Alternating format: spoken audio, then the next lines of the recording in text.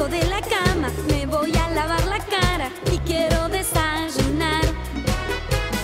Pero todas las mañanas algo me hace enojar.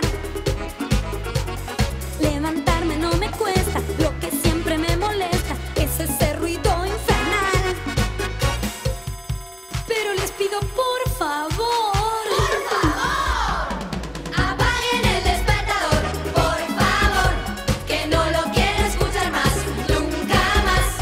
Apaguen el despertador, por favor, les pido que lo apaguen, porque no lo quiero escuchar.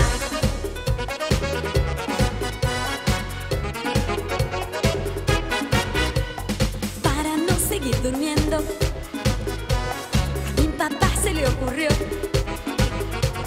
hacerlo sonar más fuerte. Eso sí que es mala suerte.